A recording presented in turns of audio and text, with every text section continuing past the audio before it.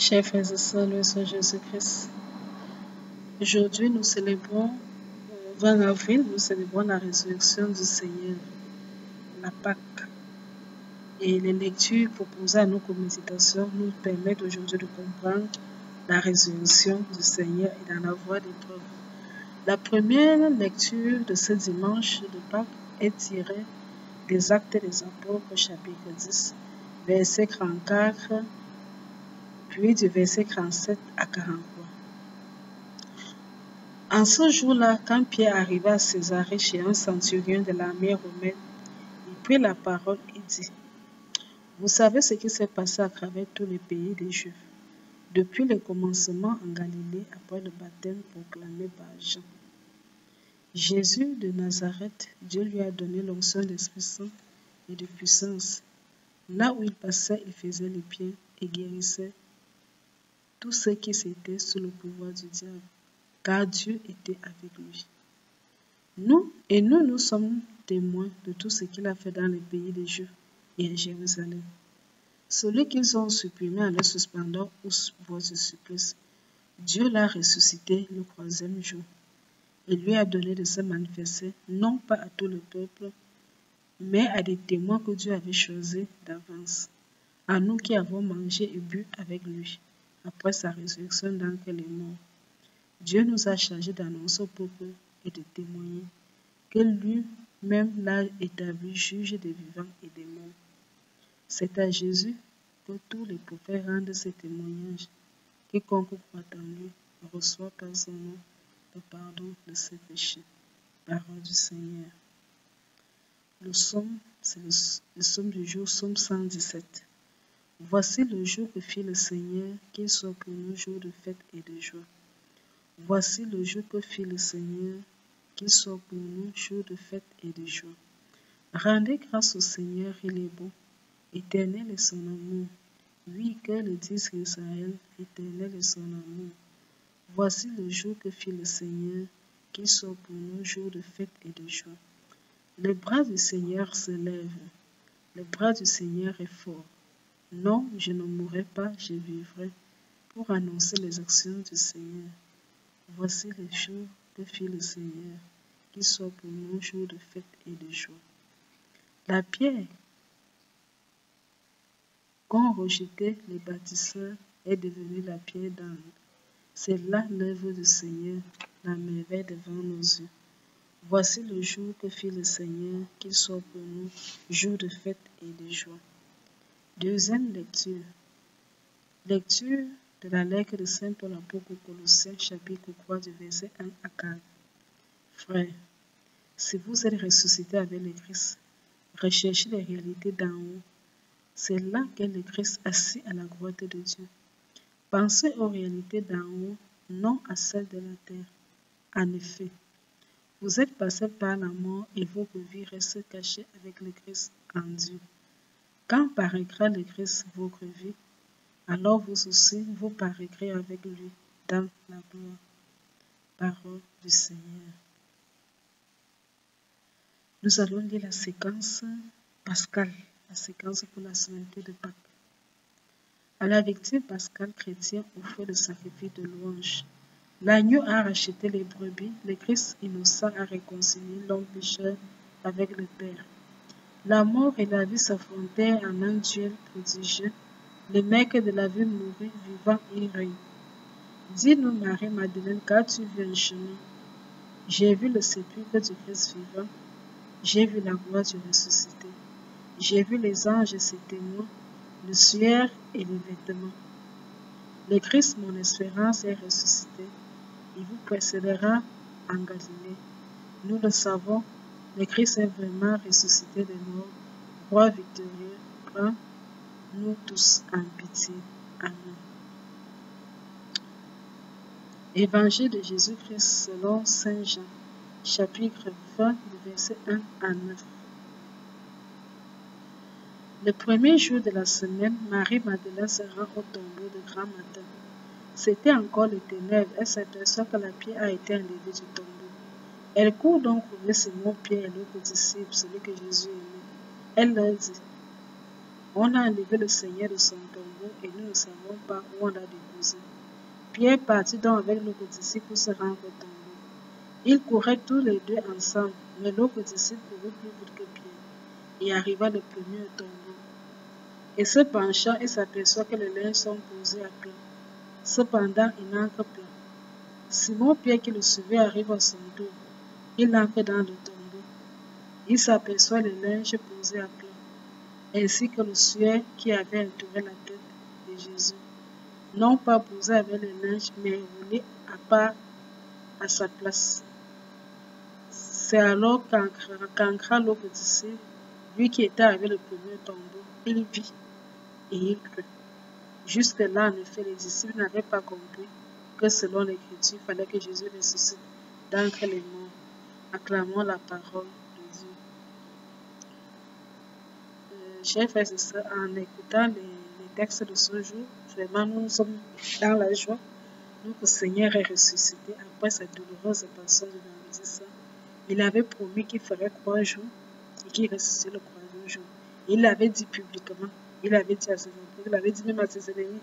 Les pharisiens le savaient, les prêtres le savaient. Ils ont voulu empêcher, ils ont tout cas voulu empêcher. Les prêtres ont demandé à Pilate d'envoyer les soldats pour aller garder le tombeau, afin que les apôtres ne viennent pas le voler. Mais voilà qu'un événement s'est produit. Ni les soldats ne l'ont pas méprisé.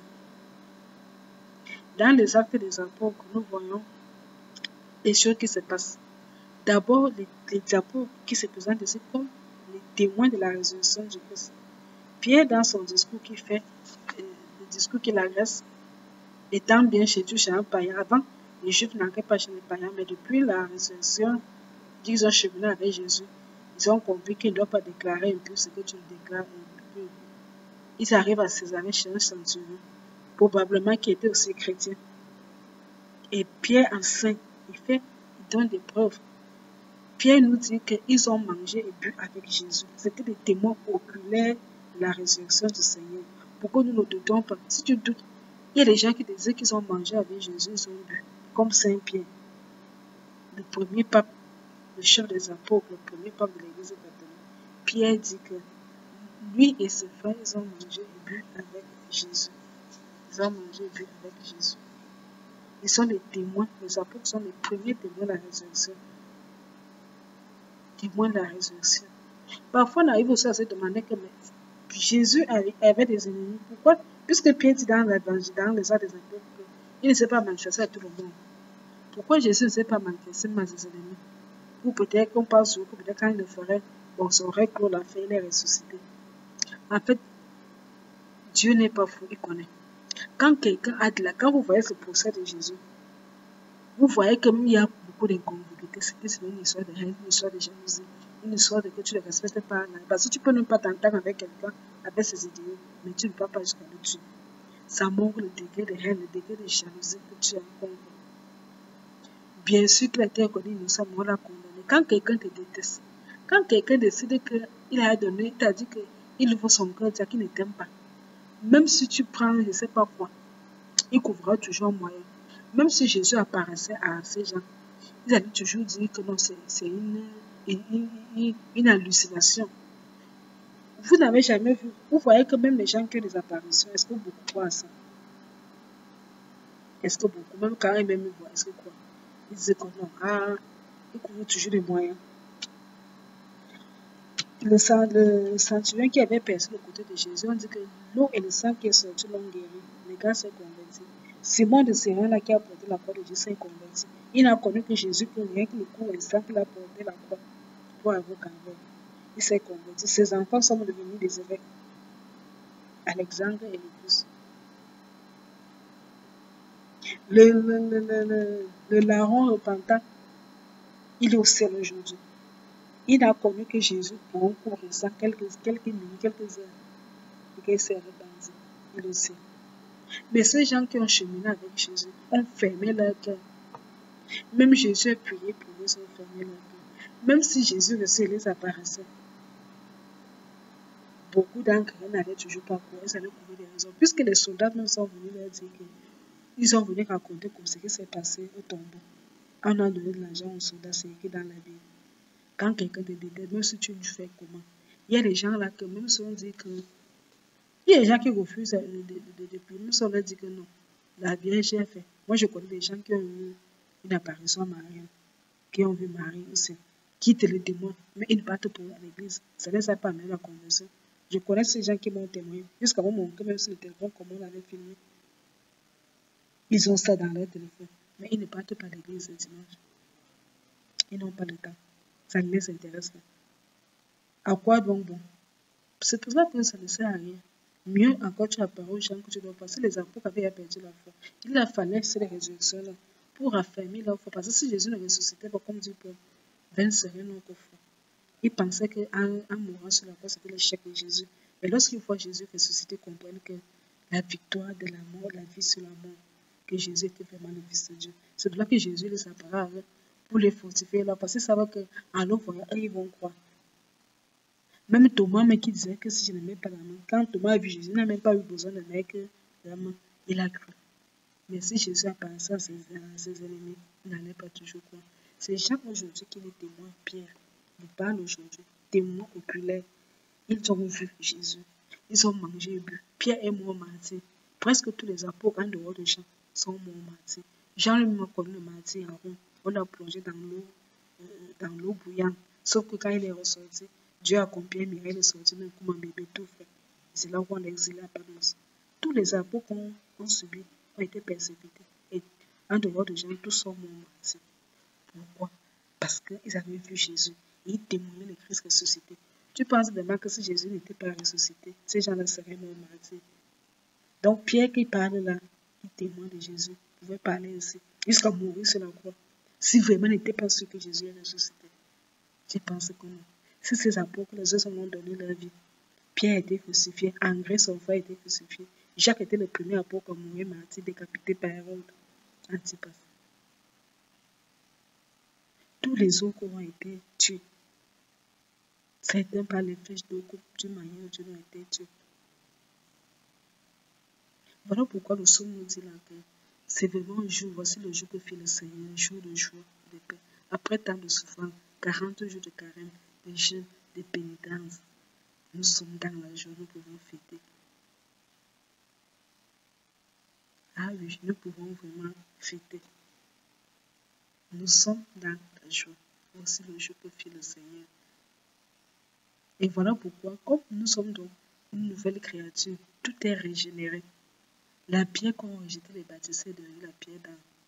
Vous savez, quand on construit une maison, on met toujours une pierre angulaire. Et c'est cette pierre angulaire qui fait tenir la maison. Sans cette pierre angulaire, la maison ne tient pas.